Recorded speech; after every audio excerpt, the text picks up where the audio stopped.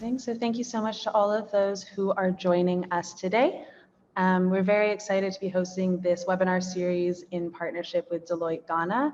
That being said, we will be kicking off at around 2:10 today and focusing on creating a viable business plan. So once again, thank you all for joining us, and we'll be getting started in the next 5 minutes or so.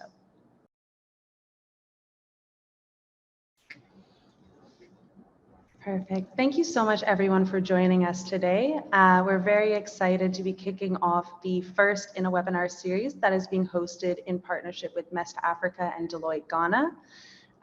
Today, we are focusing on building a credible business plan for successful fundraising, as we know that that is definitely an opportunity amongst many startups within the ecosystem.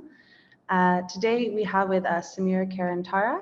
Samira is an assistant manager in Deloitte Ghana's financial advisory team. She has over 7 years experience providing advisory services in Big Four accounting firms, so Deloitte and PwC. Specific experiences include capital raise, business plan reviews, and strategy reviews, as well as sell-side advisory services, financial due diligence reviews, business valuations for clients across various industries, including technology, gas, oil, manufacturing, FMCGs, financial institutions, and fintech companies, among others. So that being said, this is being held in partnership with MEST Africa and Deloitte and kind of facilitated by the MEST Scale program, which is a bespoke venture accelerator program focused on supporting SMEs here in Ghana. I will ask that all of you in the audience, if you have any questions throughout the course of the presentation, please just direct them to the Q&A function that you can see at the bottom of your screen, and we will be answering those at the end of the presentation. That being said, Samira, if you're ready, please, I'd love to hand it over to you and we can open the session. Thank you, Jessie. Hello, good afternoon, everybody, and thank you for making the time. We're looking to do about 2 hours discussing what a business plan is and what a credible business plan is and how you can make a credible business plan. I'm sure that all of you on here are either business owners or seeking to start a business, and you would be looking to raise some sort of funding. So the business plan typically is the way you communicate with investors and explain to them what it is your business does, who you are. So you're telling your story and you're asking them based off of that to invest in your business. So if you have a business plan or you have some sort of plan, because we find that people come to us say, you know, I have a business plan, I'm looking to raise investment, and we go through and we realize it's not an actual business plan. So I'm hoping that by the end of this session, you will be able to tell if you have a business plan or if you have some other sort of plan. And if you do not have a business plan, you'll be able to figure out how to transform what you have into a bankable business plan. So like I mentioned a bit earlier, a business plan is a tool that allows investors to understand your company, to understand the environment, to understand the objectives in order for them to make a financial decision to invest or not to invest. So I'll give you an example. If I come to you, you don't know me from anywhere, and I ask you for $100,000 for a business, you have a lot of questions because you don't know me. And even if you do know me, it's quite a lot of money you're asking somebody to invest. So your business plan is telling your story. Oftentimes, you don't get the opportunity to meet the investor in person, or if you do, it's not for a long time. So your business plan should be able to tell your story without you having to speak. What we're looking at is who you are, what's your business, where has it come from, where are you intending to go? Now, a business plan and a strategic plan are two completely different documents. A strategic document is a strategy that you are putting in place, usually internal to where you want to drive your business to go. So strategic plan is usually internal and it focuses on your future, it focuses on where you're trying to get your business to and how you intend to get there. A marketing plan, again, we've seen some people come to us a marketing plan saying it's a business plan, is a completely different document as well. A marketing plan is showing who your target audience is and how you intend to deliver value to them. So how you intend to market to your target audience. Now, your business plan, again, we're looking for investors. And investors may not necessarily just be financial investors. We have strategic investors. We have investors who are investing technology in your business, helping your business to grow. So when we're talking about investors, let's not just think solely of financial investors throughout this webinar. Okay, so what should be in a business plan? And this is a quick overview of what we should typically see in a business plan. You should have a company profile. And what this company profile is doing is talking about your business. Some of the key things we want to see in your company profile are the 5 W's. So who, what, why, when, and where. What is this company? Who's the company? What are you doing? When did you start? Where do you operate? Where do you operate? What need are you trying to fulfill? What are your key drivers? What's your value proposition? What's your mission statement? And all of these should be communicated in your company profile. Now, what this is saying to the investor is you understand your business. So let's take a business, for example. If you say, you know, company profile, typically if you go on a company website, this would be the About Us section. So the business was started in 2020 out of the need. So let's say your business is, you're selling COVID masks. So your company profile, business started in 2020. So that's the when.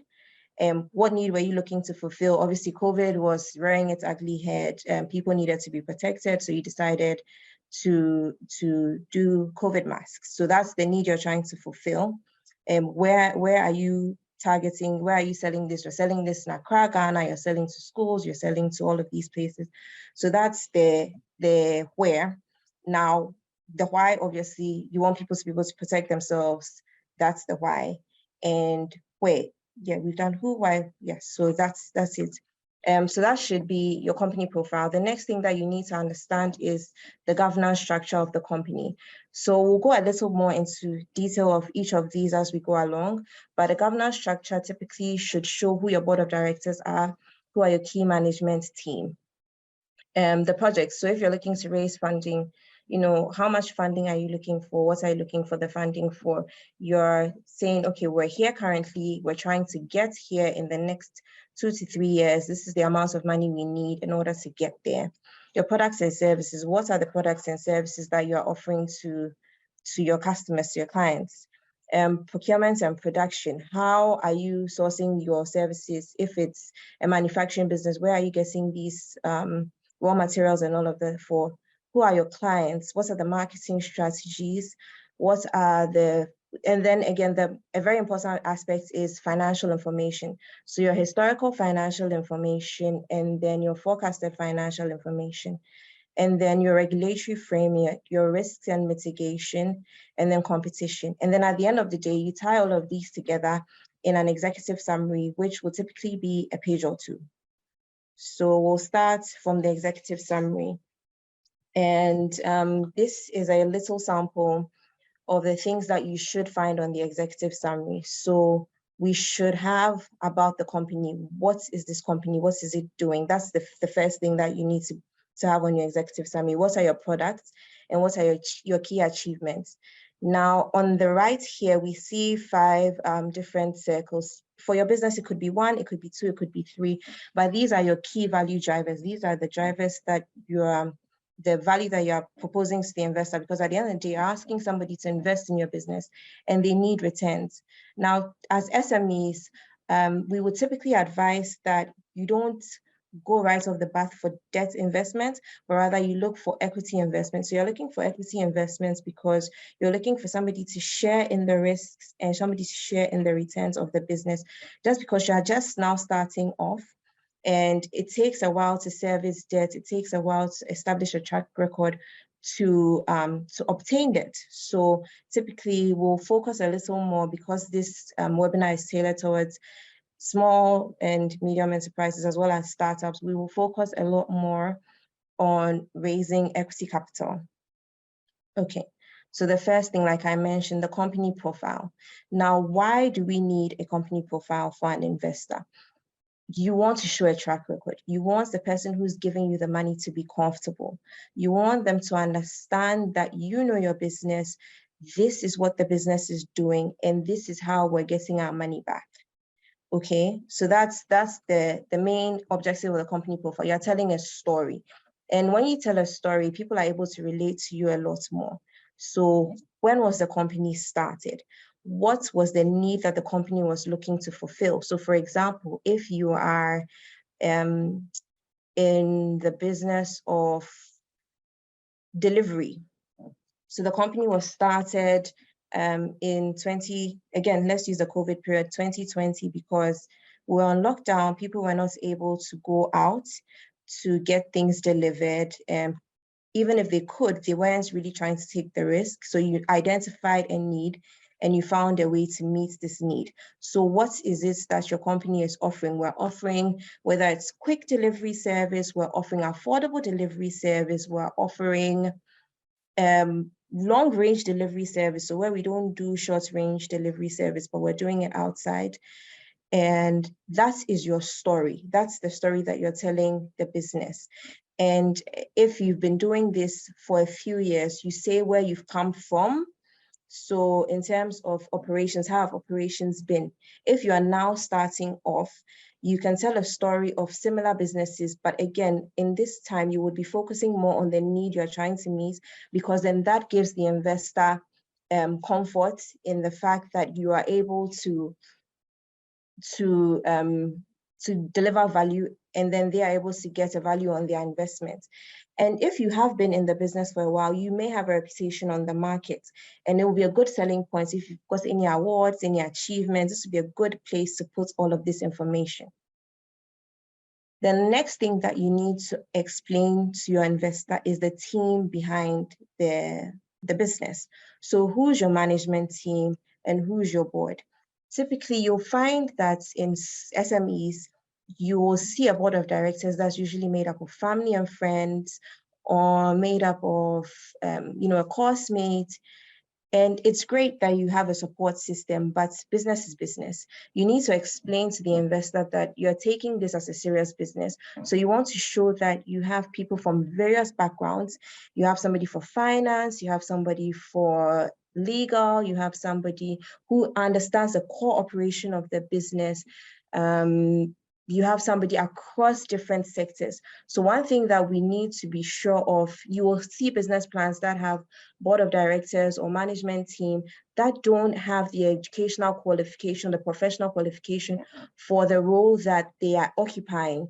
And what that communicates is a lack of seriousness, or a lack of commitment, for lack of a better word. So you want to show that you're treating it as a separate business. Yes, you have your family and friends, but you have people who are going to drive the business, because at the end of the day, again, I've come to ask you for 100,000. You need to be comfortable in giving me this money, and you need to understand why you're giving me this money, and the fact that you will get some sort of value back. So here you'll typically put, if you have a picture, you could put a picture there, the name, the position the person is occupying, and a brief background. So when we're beginning this webinar, Jessie introduced me, and then she said who I was, what I've done, and that gives you some sort of comfort that I know what I'm talking about. So in the same vein, you want a board of directors that speaks and shows that the business knows what it's about. They are able to drive the business. The next thing you want is a management structure. So let's see who's reporting to who. What are the laws that are governing this industry that you're in? And so sometimes you'll have a board of directors, and the business will, the company person will say, we've been in operation for the last 2-3 years. Okay, how many times has your board met? They haven't met, or they meet once every year. So who's making the decisions? Is just the MD, or it's just you as the sole proprietor making the decisions? Yes, you know your business, but you can't know it all. And that's the value that a board brings. They're able to see different perspectives that you may not necessarily be able to see. So you want a board of directors that is also effective, and not just in name. So you want to show a decision-making process. You want to show who reports to who. You want to show who the regulators are for your industry. Also because for the governance structure, for example, if you're in Ghana, you have to register with the GRA. You have to, okay, so let's take, again, the delivery business. You have to be registered and you have to follow certain laws. If you are not, again, investor puts money in, you are not registered with GRA, eventually the business falls, the investor loses out because you are not compliant. So you want to show that you know who your governance board is, you know what the regulations are for the industry that you're operating in, and you are actually having a board that is doing what a board is supposed to do. Okay, so the next thing that you want to do is your products and services. Now, this is where you can spend a lot of time because this is your bread and butter. This is what you're selling.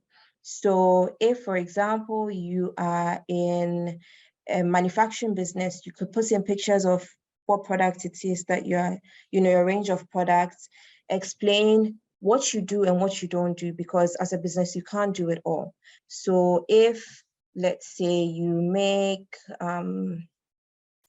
food, you could do continental, you could do local. So we're putting specifically what it is that we're doing and what it is that we don't do.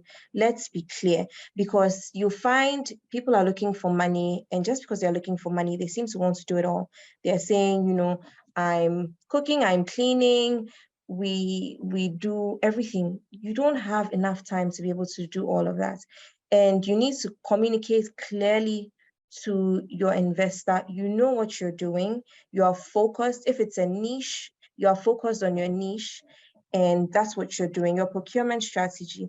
Again, for different investors, they are motivated by different things. If you go to a socially conscious investor, let's say you are in the timber market, you make furniture.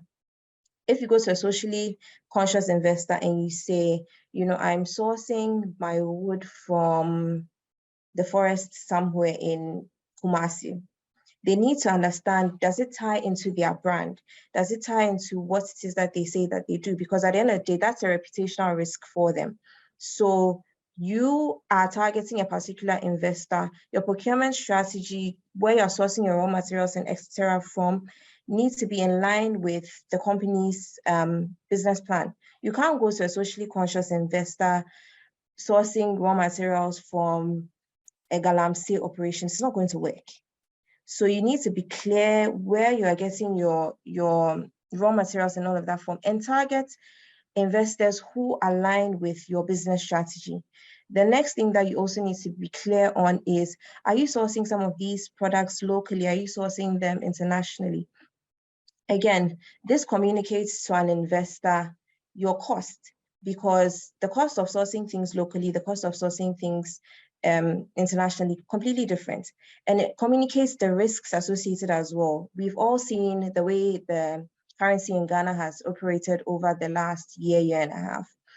If you are a business that was fully focused on sourcing internationally, you're going to suffer a lot of exchange rate fluctuations, which is going to affect your price, going to affect your cost, going to affect the entire business. So what you want to do is, from the beginning, is be clear, because we are building a credible business plan. We are looking for somebody to come along with us. You can lie, but these days, it's very easy to source information. You're saying, we are guessing our raw materials from A, B, C, and D. Everything is online almost.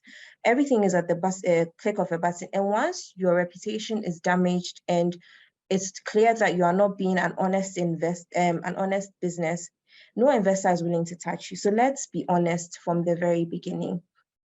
Where are you sourcing your things from? What risks are associated with that? And what mitigations are you putting in place? Because maybe you have no choice but to source your products internationally. What that means is, even though it's not ideal, you really don't have a choice. So you're putting in place mitigations such as, for example, you are bulk buying, or you have the terms and conditions, or you sign some sort of SPA with the suppliers, that you are not constantly changing price. So we're clear to this is what we're doing, and this is how we're doing it. The next thing that you want to communicate is your manufacturing strategy. Where are products made? How often are they made? And again, throughout all of this, the key thing is to tell a story of your business, because you realize that sometimes you'll go to an investor and they'll come up with more brilliant ideas to make your business better, especially as an SME. The next thing that we need to look at is who is our clients, who are our target markets. And again, this carries a lot of risks, especially for SMEs. You'll find that people have one huge client who's delivering 20, 30, 40% of revenue.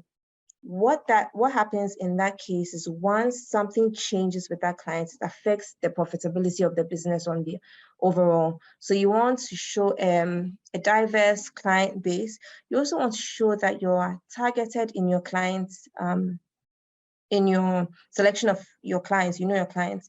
For example, you can't just want to sell, again, let's use timber. I'm not sure why we're using timber today, but let's use timber. If you say, for example, that your target is schools, what that means is that's your niche, okay? If you're making school chairs and tables, you will not be targeting an office, because yes, you're making chairs and tables, but it's different kind of chairs and tables. The kind of chairs that an office person wants, it's completely different from a desk for school. So let's be clear on what we're targeting. And again, it should run through the entire business clearly. So your products should speak to your clients should speak to your products, and it should also speak to your marketing strategy.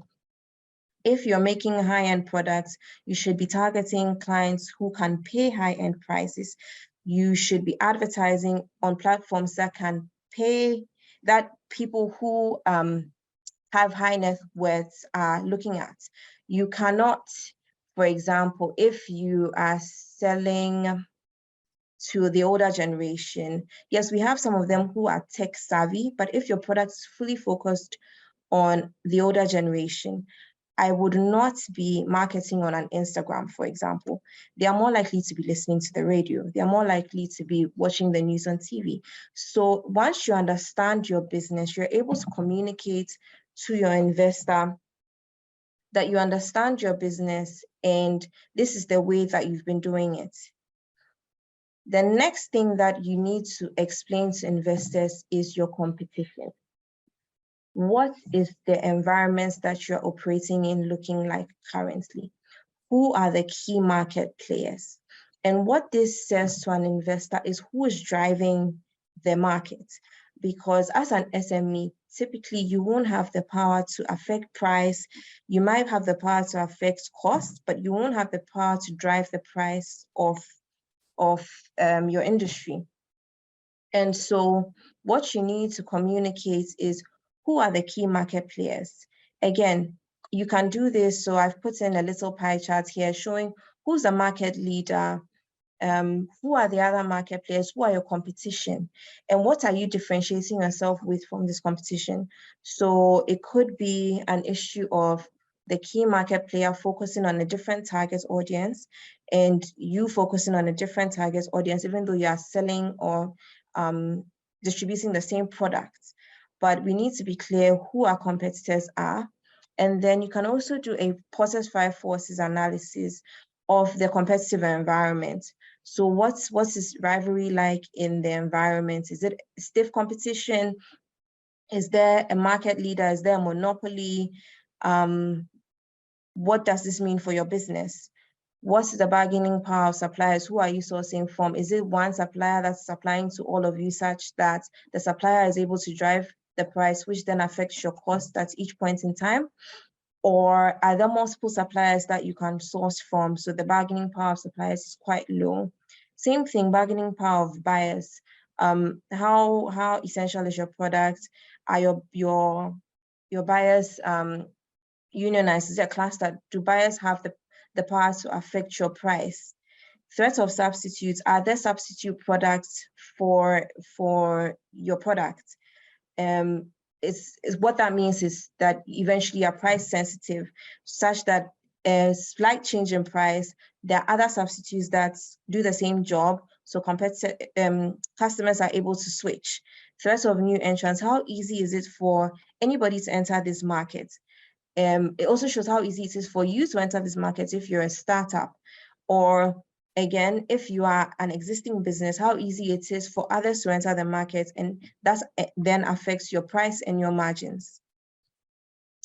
The next thing that we need to understand is the regulatory framework. So we mentioned this a little earlier. The regulatory framework speaks to what it is that is happening in the industry in which you are operating. So let's take, for example, if you operate in, let's use rice as an example. You make food, so you import rice to make food. What this means, now that Ghana is going more towards, feed ourselves, planting for food and jobs, the government is gearing towards that. What that means is it's going to affect the inflow of your raw materials. In the same vein, if you are a rice manufacturer here, that's brilliant for you, because yes, now competition is going to lessen a bit because we're not going to be importing as much. So what is the regulatory framework? Are there any new laws that are being passed around your industry which communicate an opportunity or which pose a threat? Because like we said from the beginning, we are being honest in our business plan because we're looking for a partner. We're looking to build credibility. We're looking to show honesty so that we're able to get somebody who does this hand in hand with us. So it's not about painting a completely rosy picture when it's not the case. And so then we move to our risk and mitigation measures.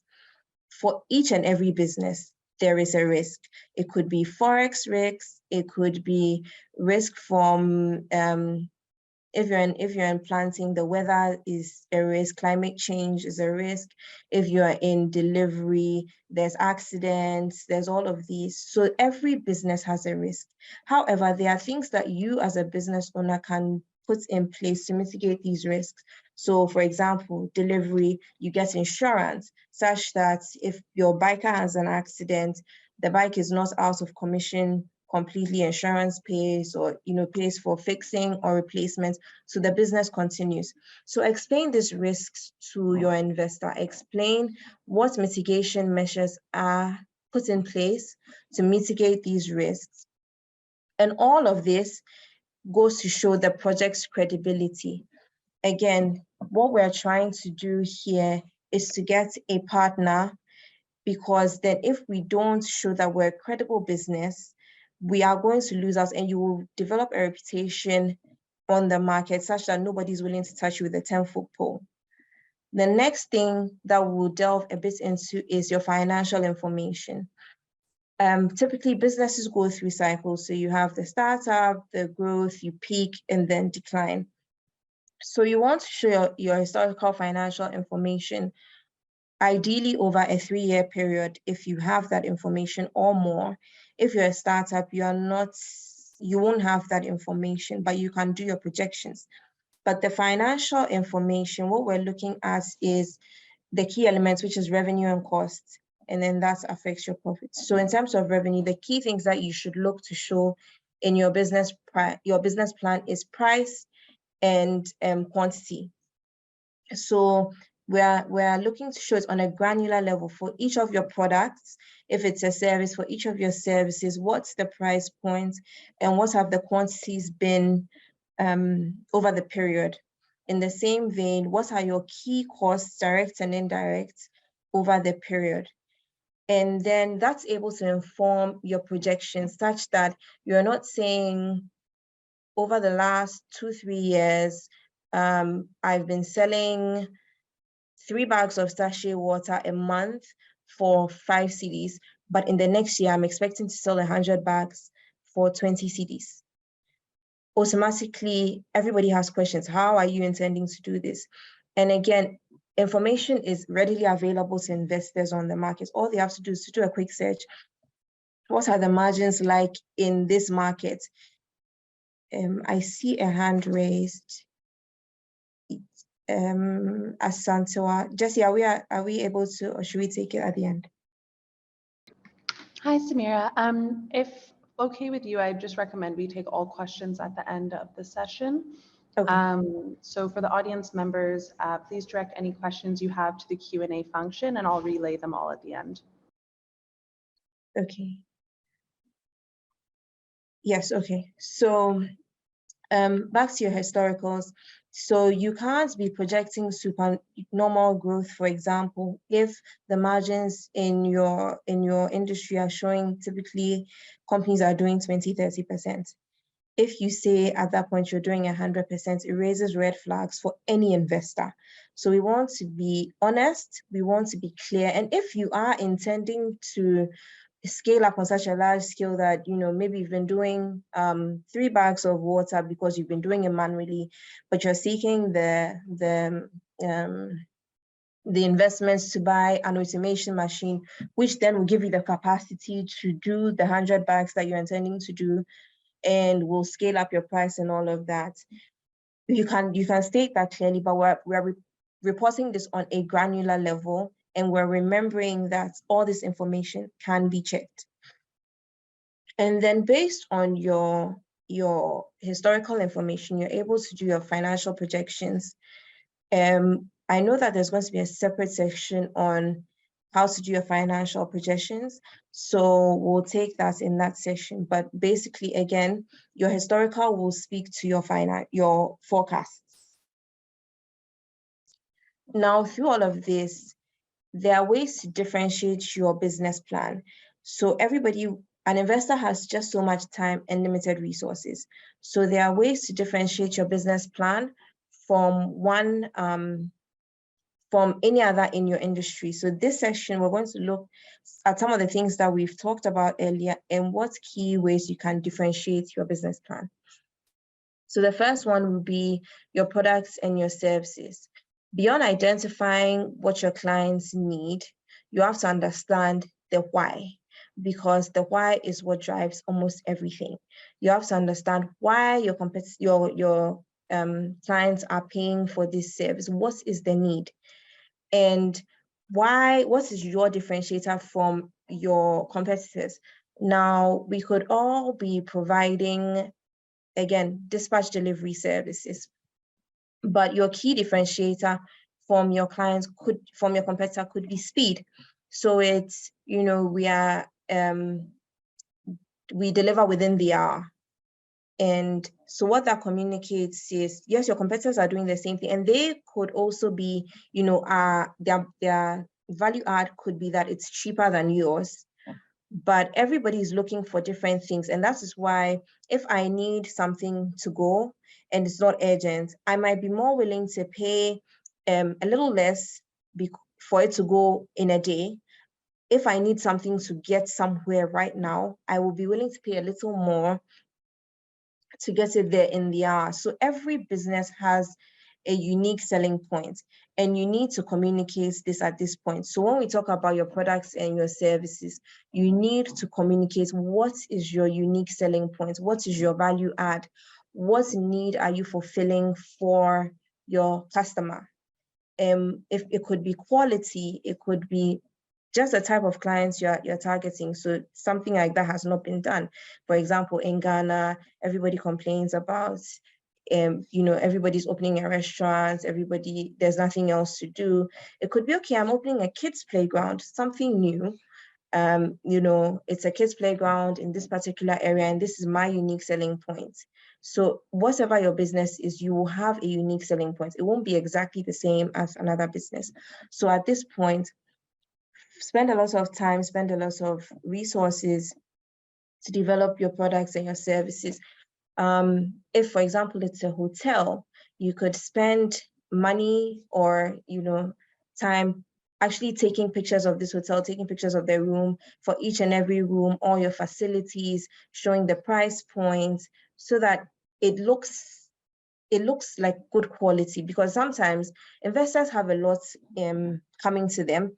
They might just skip through, and just the look and feel of it, it's like, oh, you know what, this is good quality, I'm willing to read a little more. Sometimes they look at it and it's, oh, this, shoddy work, it's down in 5 minutes. You could have all the information there, but they actually didn't spend the time just because of the look and feel of it.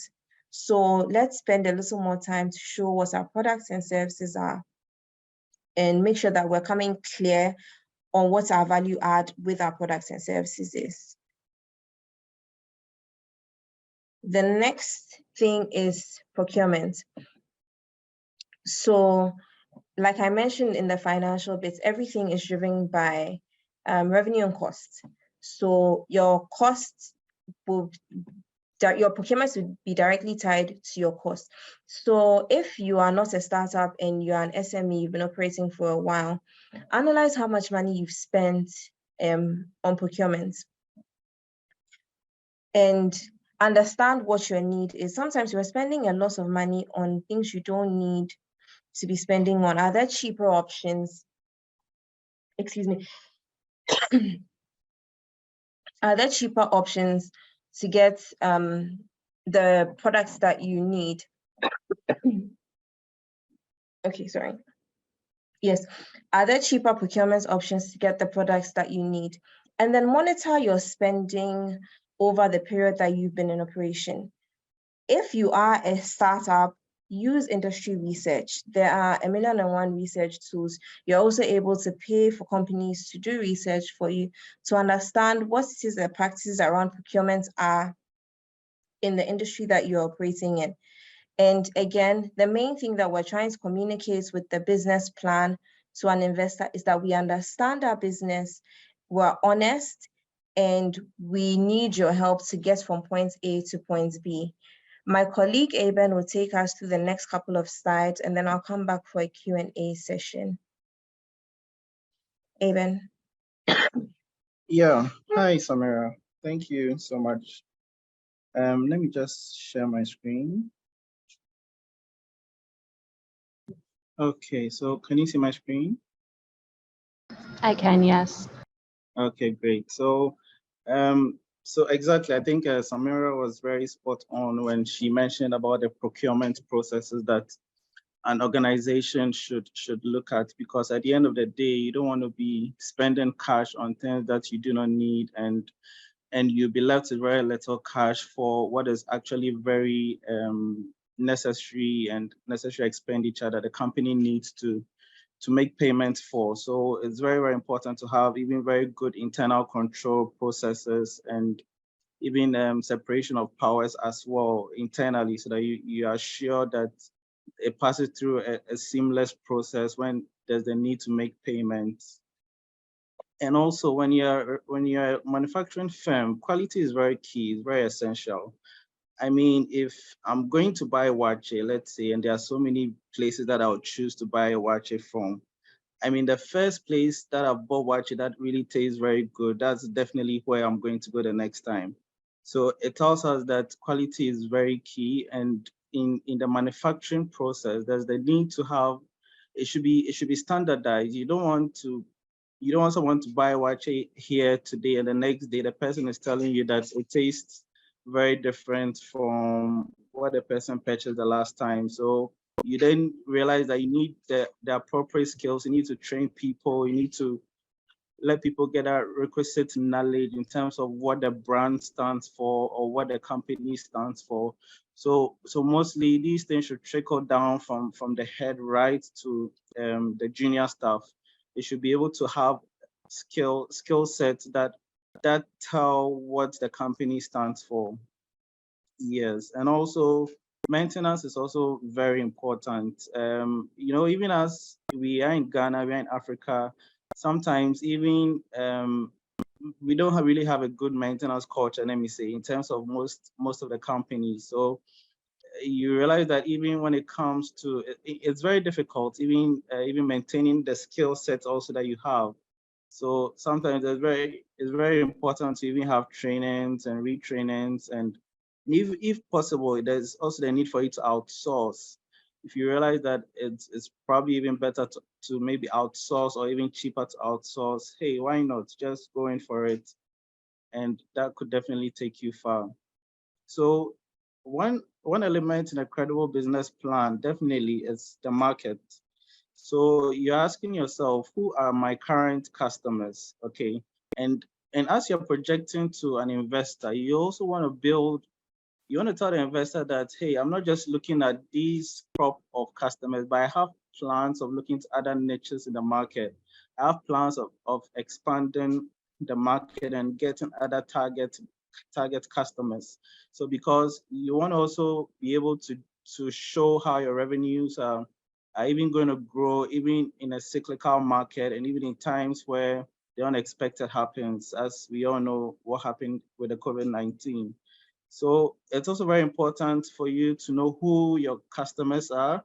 Sometimes you are a sole proprietor, you are so busy, you don't even know the name of the MD of your number one customer. And you want to let your investors also know that you know your target market, you know the people you are targeting, you have this list that you are going to penetrate the market and target these particular people. It tells the investor that, hey, I know what I'm doing. It tells the investor that this company really means business and this company will really succeed. It's also good to know the kind of activities that your customers do, because that is what will help in generating or designing your product. So when you know what activities or the needs of your customers, then you are able to develop a product that is tailor-made, efficient, and seamless. So I'll quickly touch on certain marketing strategies, 4 key marketing strategies that we all know. And you know that for marketing strategies, as I mentioned, your product is very essential. Do you really understand the kind of products you're even bringing to the market that you'll be able to explain it to someone who wants to buy it? And you yourself, would you even buy your product? I think that's a very important question we should ask ourselves. Would you buy your own product, or you want others to also come and buy it? And the place, is it an online product? Is it a physical product that you need to expand and have branches spread across? What is your price? Are you coming in with a certain price because your competitors are already there? Are you coming in to make it a bit cheaper for people to purchase your product?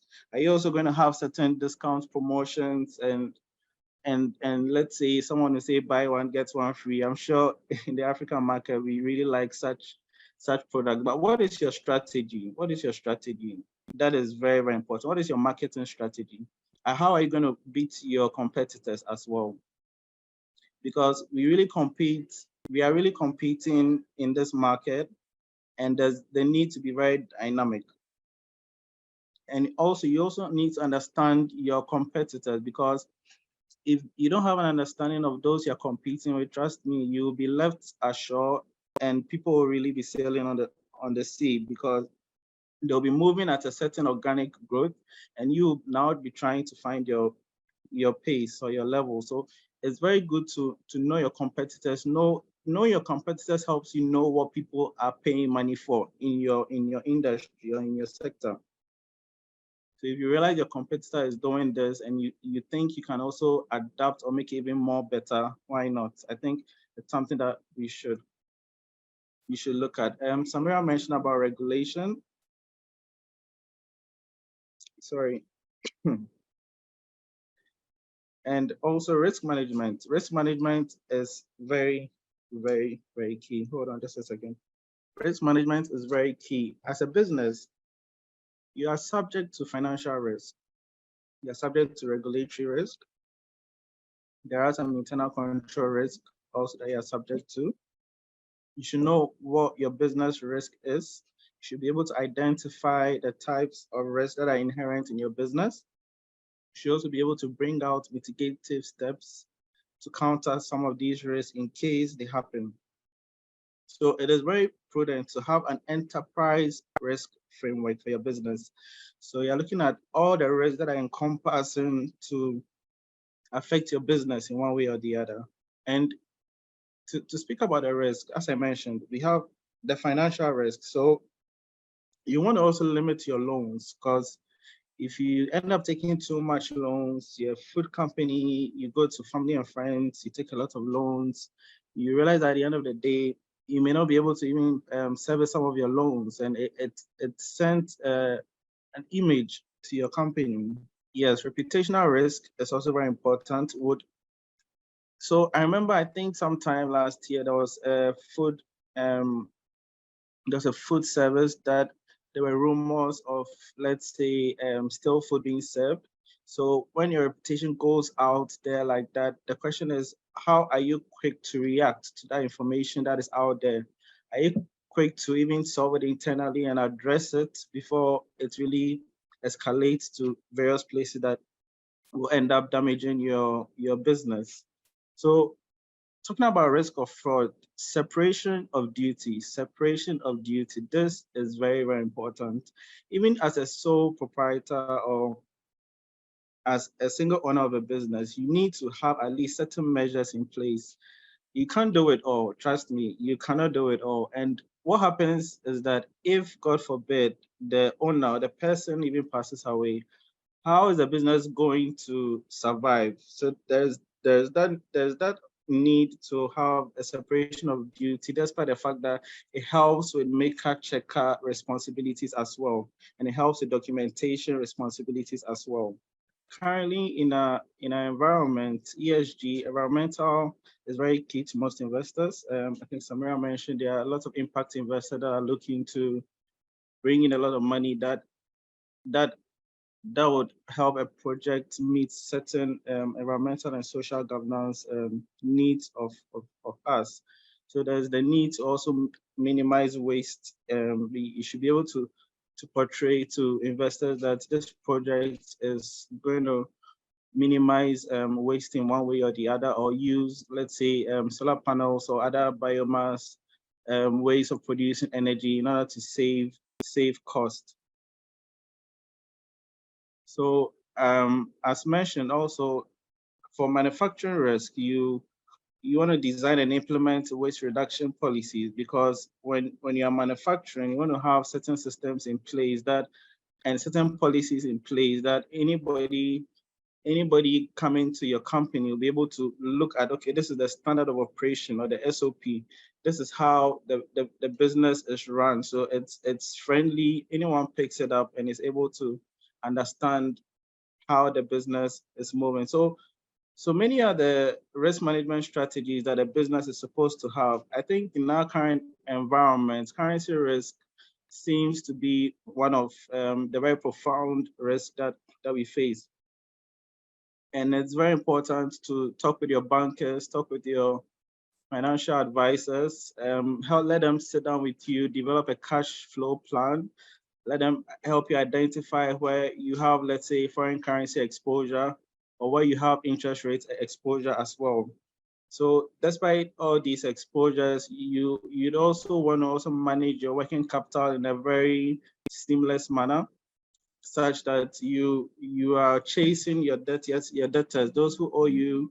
You want to show the investors that you have certain policies in place to be able to recoup cash and also to pay your suppliers. These are very important elements of a business plan. So I'd like to quickly move to the other aspects, that is of working capital, that is your administrative cost.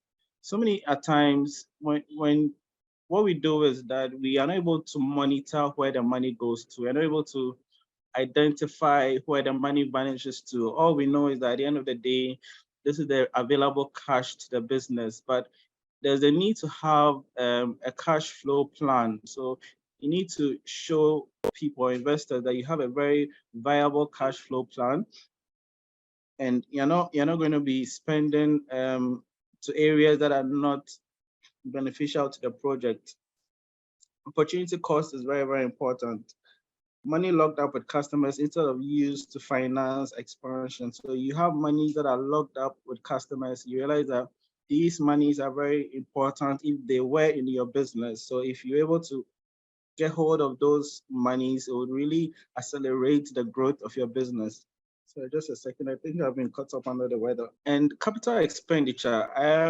Most of the times when we are going to investors, you want to be able to tell them or tell an investor what you're going to use the money for. Okay, so there are two types of expenses. We have the operating expenses, basically working capital expenditure. So when the money comes in, this money is going to be used to help boost the operations of the business so that the operations can really start on a faster note. So you don't have to wait for a long time to really start the operations. And definitely most businesses, in order to boost operations, you need to spend in terms of capex or capital expenditure.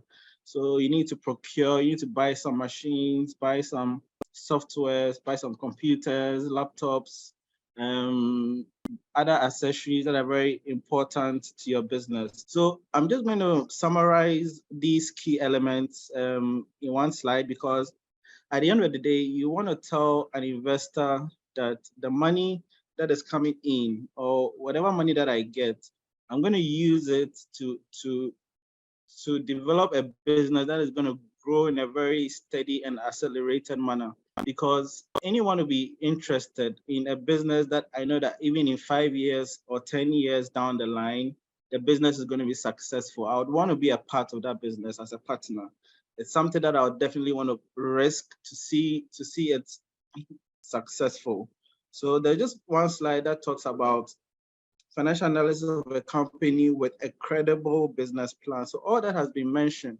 What we are trying to say is that at the end of the day, it all feeds into your financials, it all feeds into your margins, it all feeds into your projected cash flows. So if you can develop a credible business, it means that at the end of the day, your business is going to grow. Okay, so a credible business is one that has steady growth in financials. So you have a steady revenue growth, you have a steady gross profit margin, you have a steady EBITDA margin. Sometimes even when you start a business, you don't expect to make profits in year 1 or year 2. You probably experience some loss or some fluctuations. It sends a signal to an investor that, hey, okay, this guy knows that in this industry, the profit doesn't come at day 1. All right, so you are telling the investor that, okay, I really understand my industry. I really understand what part my business plays in this sector, in this industry. And the investor will be really happy to listen to more in terms of what the business is about. So we have a steady growth in revenue. Your EBITDA margins also look steady. You don't want to move from let's say a 10% to a 50% in the following year in terms of EBITDA margins. It sends a red flag. It sends a red flag because at the end of the day, you have increased inflation most of the time, increasing your direct cost and operational cost.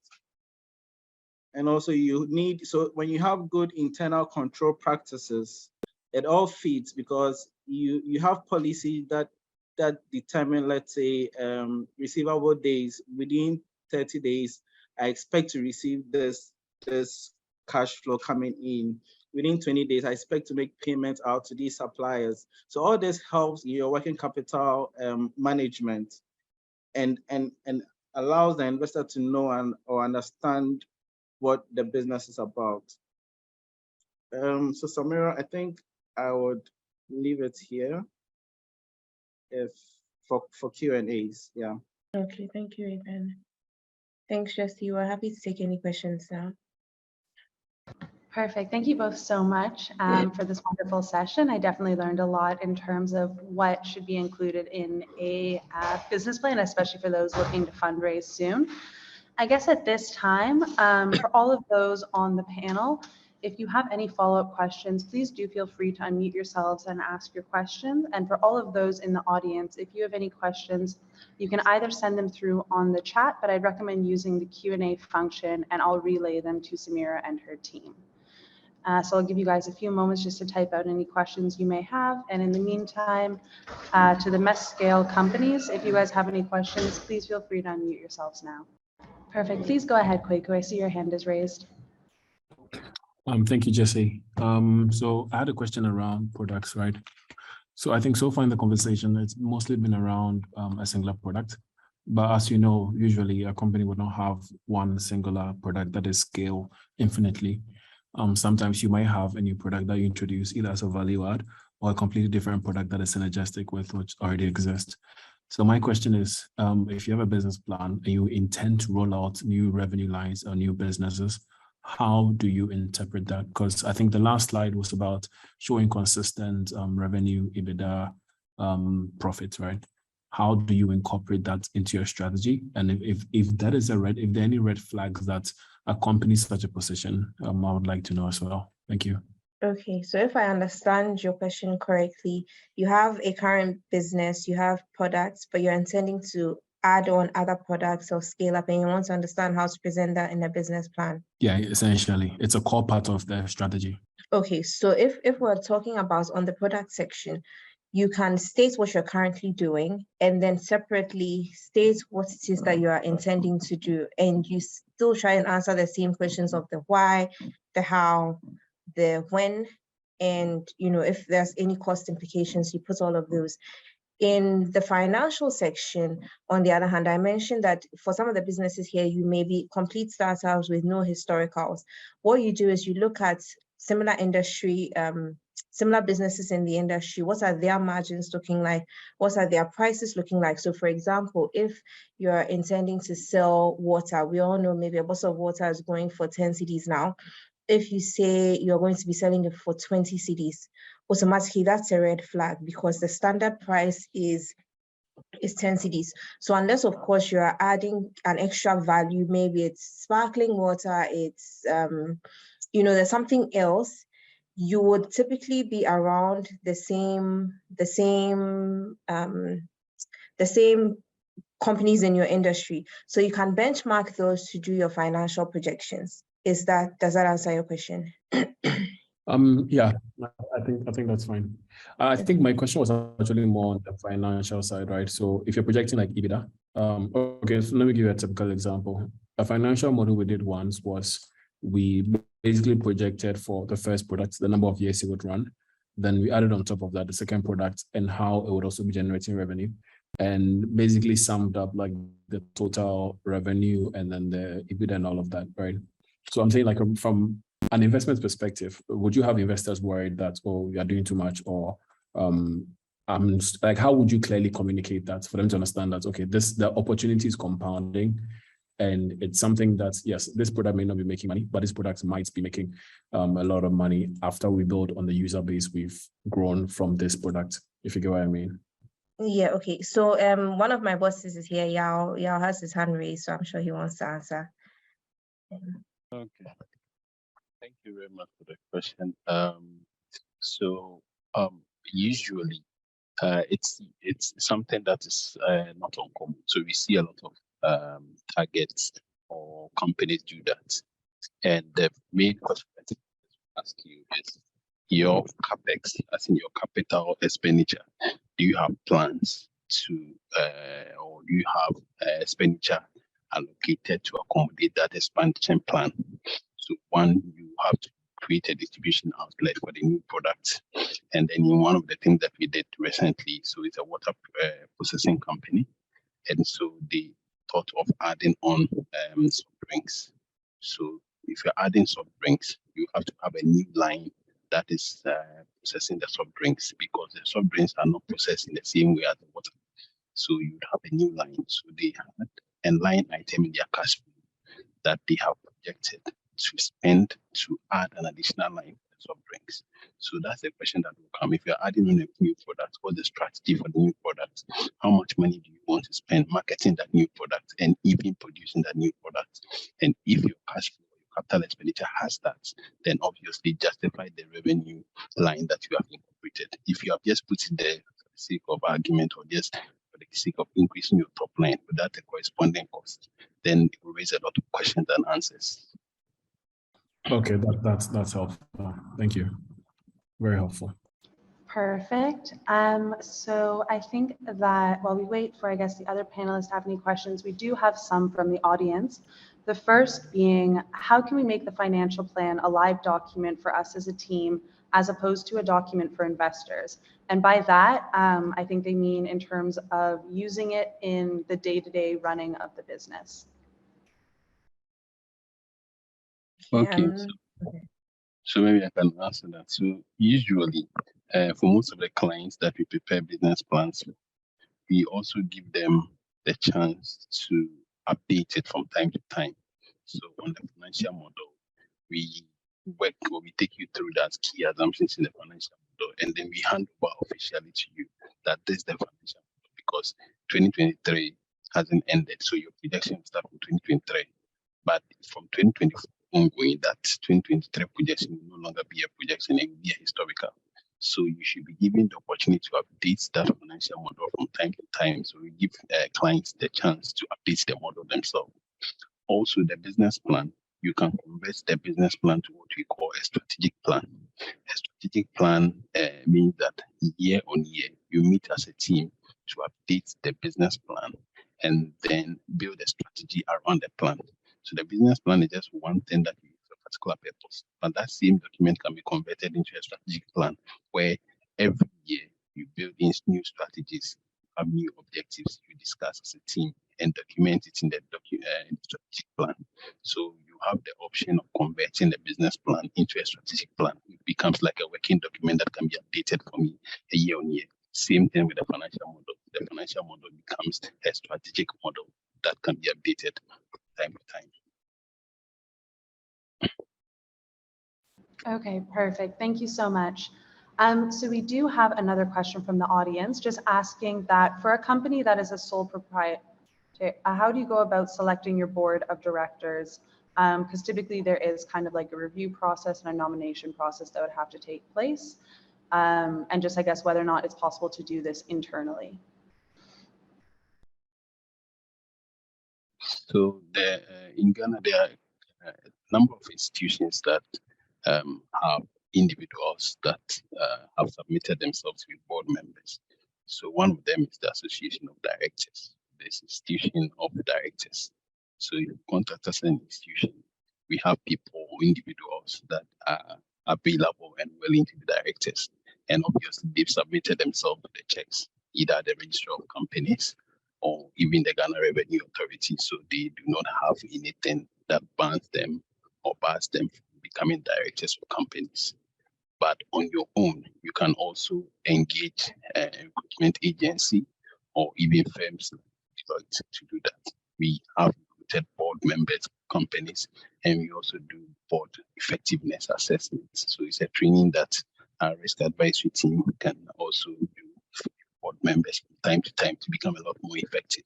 So we can help recruit, we can help determine the remuneration of the board members, and we can help you identify individuals that we can recommend to you as board members. So the institution that you can contact, like Institute of Directors, or you can engage an independent consulting or recruitment firm to recruit board members for you. Perfect. Thank you so much, Yao. So another question sent in from our audience is that a key issue around fundraising is company valuations. How can startups calculate their back of the valuation before approaching an investor? Obviously, there are agencies such as Deloitte and whatnot that do support startups in doing this. But for those, let's say, that are looking to raise pre-seed or seed and might not necessarily have enough disposable cash to engage the services of companies like Deloitte, are there any resources online or mechanisms that you know of that you would recommend them using in order to kind of get the right valuation so they know what to expect going into some of these investor engagements? Okay, so there are valuation resources available. So maybe we can type in the chat box. There is what we call Damorodon or Damorodon. It's a popular valuation resource. The challenge with the online valuation resource is that they have not discounted for country risk. So this gentleman or this resource that I'm talking to you covers market like the United States. And so when you are valuing a company in Ghana and there's another IT company in the US, let's say you mentioned Intel, whatever, Google, let's say the multiple that they have there is about 3 times, 10 times. You can't pick a company in the US doing the same business and then come and value using the same multiple for another company operating in Ghana. There's what we call country risk that is factored in. So we come in to help you, but don't be put off. You can walk to us. We do what we call back of the envelope calculation for a lot of our clients all the time, and it is not something that we charge. We are helping you through the fundraising process. So before you even commence the process, we can do the back of the envelope calculation. It's something that we do because we have a database that once we enter your company, we have similar companies that are trading, and we help you the adjustment for country risk, the size of your company, because your size, an IT company operating in Ghana with 10 employees is not the same as another IT company operating in the United States with 20,000 employees. So we adjust for the size of your employees and some others. So we can help you do back of the envelope calculation, obviously on pro bono basis. But then we usually do that when we are helping you through your process. But if it's there for academic purpose, you reach out to us, we can help you do that. And we can also give you some insight on some of the things that you look out for when you are doing these valuations. Yeah. Okay, perfect. Yeah, I think that if you guys do have an online resource that you recommend, even if it doesn't factor in some of the risks, I guess, around the geographic regions that the companies are based in, I do think that that would be quite useful to some of the people on the call. In terms of our next question, so somebody is asking, they say the presentation spoke much about the marketing strategy without really focusing on any sort of sales strategy. Are these treated as the same function? And I guess if not, when would be an appropriate time to integrate the sales strategy into your business plan? Or would you say that kind of the marketing strategy is the primary component that should be included? Yeah, so I think for your business plan, you wouldn't want it to be a 300-page document. So you can have a sales strategy, all right, but usually what you are telling your investor is the product that you have, how do you get it to your clients or your customers?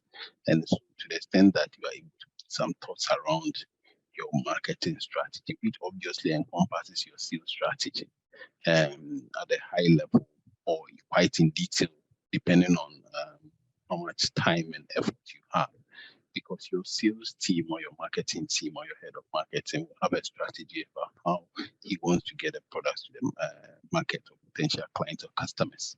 So you should have that incorporated. So they are used interchangeably, but obviously in a business plan, your marketing strategy obviously should incorporate or encompass your sales strategy. Perfect. Thank you so much. So another question that we have received from the audience is, I guess, looking at next steps in kind of the, in going from, let's say, idea into forming a business. So she's asking, or they're asking, what can I do, or which is the next steps to take if they have an idea, but are really struggling to get it to the next point? Would you say that building out the business plan would be the next step in going from the idea? Would you recommend doing market research, which is obviously a component of the business plan? I guess, what would you guys recommend as the first and second steps in going from an idea into forming your business? So good question. So we see a lot of ideas that are not written. So the first thing you do is to put your idea on paper. It can be in any form. It's just an extract of what you are thinking. Then over time, you can do what we call a desktop assessment of exactly what you are seeking to do. If you do a desktop analysis, someone reached out to us and he said he wanted to cultivate grapes and then berries in Ghana. And so when we did a desktop analysis, we realized that even the soil configuration in the area or the part of Ghana that he wanted to cultivate that was not suitable. So when we checked from the Ministry of Agri website and a few other sources, clearly that project was such a bad project from day one. So just having the idea, of course, a very good idea, because where he lived outside Ghana. Wherever they grew grapes, it's flourished. And so he thought that he would just come and then repeat the same thing in Ghana. There are soils that are good for grapes, there are others that are not good for.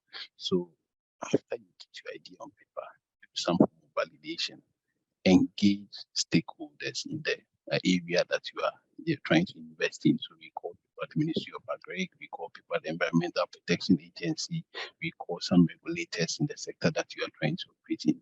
When you do such engagement, it helps you to refine what you have, your idea, and then some of the things that you need to do. I will also give you an example that some guys wanted to do production of plastic bottles, the beverage companies. And so they even invested in doing a market research. They did other things. What they forgot is that in their research, they failed to do a regulatory assessment. Yeah, what they didn't know was that a law was about to be passed in the country concerning banning plastic. So the use of plastic for all beverages were banned in the country. So after they started the business, they didn't have a business because the law was passed and whatever they were producing was not fit and nobody would buy the plastic for their beverage. So the same thing, you just refine the idea you have on paper, engage stakeholders, and then it help you structure it properly. Perfect. Thank you so much, Yao. I believe that our final question from the Q&A function is, many SMEs struggles with keeping proper financial records. They are either inaccurate or inconsistent. If such a business seeks to raise funds despite the lack of records, I would like to know if there are some remedies on how you can mitigate these issues. They ask because many SMEs tend to give up on fundraising applications or submitting application processes when they realize they are required to submit financial records. I know this is also something that we've experienced, or I've experienced, I guess, working with multiple companies. And often, let's say, if it's looking for audited financials or is looking for any sort of financial tracking, are there resources, I guess, that you could recommend? I know there are quite a few different options in terms of online platforms that could support them in building out these areas in order to get them to being investor ready. Yeah, so I think in summary, a lot of these development finance institutions, angel investors have now come to appreciate this problem as not just maybe a Ghana problem. It's a lot of SMEs are going through that problem. They are good at running the business. They are good at implementing the ideas, but the record keeping is poor. So before some funds are dispersed under programs like MasterCard, Deloitte Capital, USAID, they engage consultants to do business diagnostics, and then we have done a lot of these development partners. We do business diagnostic. The purpose of the business diagnosis is like due diligence, help the companies put their financials in order. So we help you put your financial record for the last 5 years together, and we also help you to build financial projections for the next 5 years. It's very helpful, and a lot of SMEs have benefited from that. The only challenge is that a lot of people listening to us, they've applied for such funding and they fail to submit themselves to such reviews. So you should be prepared to open your books. The business diagnosis to be done. And when the recommendation is that appoint an auditor to audit, yeah, there are various categories or classes of auditors. There's A, B, C. You can engage a class C if that's what you can afford to put your records together. It gives the investors confidence, and it helps you to also monitor the performance of your business. So the online resources that we have, they are not tailored. There are lots on Google, but they are not tailored to the business that you operate in. So what I would advise is that, look, engage a local audit firm. Their fees are I have friends who've got local audit firm that can help you put your records together. If you can engage a tier A, you can engage a tier B. If you can engage a tier B, you can engage a tier C. That's what I recommend, because I see some financial advice, a lot of SMEs, and they are things they picked on the internet. It doesn't apply to their business, but they are using them. So online resources, in my view, are not very helpful. Get an audit firm to help you put something together. Perfect, thank you. I definitely would agree in terms of that. And one thing I'd recommend to everyone still on the call is that having somebody do audited financials for you kind of really expedites a lot of the processes, especially when it comes to due diligence with different investors. They're always going to want to review your finances, and they're always going to look very deeply into the numbers. So even if it is an expense, I'd say that it's one of those kind of almost necessary expenses, similar to what Yao is saying. So yeah, definitely make sure that your books are in order going into any sort of investor engagement. That does bring us to the end of the questions in the Q&A function. For those still in the audience, if you have any final ones, please feel free to share them. And panelists, again, if you have any follow-up questions, do not hesitate just to either raise your hand or unmute yourselves and jump in. We have had quite a few questions come through the Q&A function just asking about sharing the recording and sharing the slides. We'll definitely look to do so, just have a discussion internally. And then if anything, we'll send a follow-up email to all of those who have registered for the session, just with the different contents from today, in order to make sure that if you guys have any questions or any needs on it, you're able to follow up. That being said, I will put both my personal email as well as the link to the MEST site in the chat. I don't know if Yao or Samir, if you guys had any final thoughts or remarks, just to, I guess, wrap up the session with you, and then I'll just give some closing. Okay, perfect. I guess if you guys have no final thoughts, I just wanted to thank everybody so much for joining us today on this session. As I mentioned, this is the first of the webinar series that we will be holding in partnership with Deloitte Ghana. Our next webinar will be taking place on the 6th of April, and it'll be looking at leading an insight-driven organization with data analytics and storytelling techniques for business professionals. So definitely another really great opportunity to join us just for another knowledge sharing session. As I mentioned, both my email and the link to the MEST website are in the chat. The MEST program is a bespoke venture acceleration program here at MEST Africa, where we work with SMEs across Ghana to help them build out different areas of their businesses. We are currently in the process of recruiting for our third cohort and second cohort of this year. So if you have any questions about the webinar series, the contents of today, or about the recruitment that's ongoing for MEST please do not hesitate to reach out to me. And I look forward to seeing you all on our next webinar. Thank you. Yes, I apologize. One final thing. For those of you joining us today that are interested in the MEST program, we do have our information session on that happening 2 to 3:30 p.m. next Thursday, the 9th of March. So you will be able to find the link to register for that on MEST social media as well as on the website. And again, any questions, please feel free to contact me.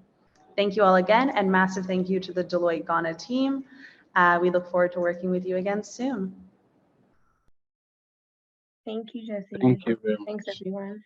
Thank you very much.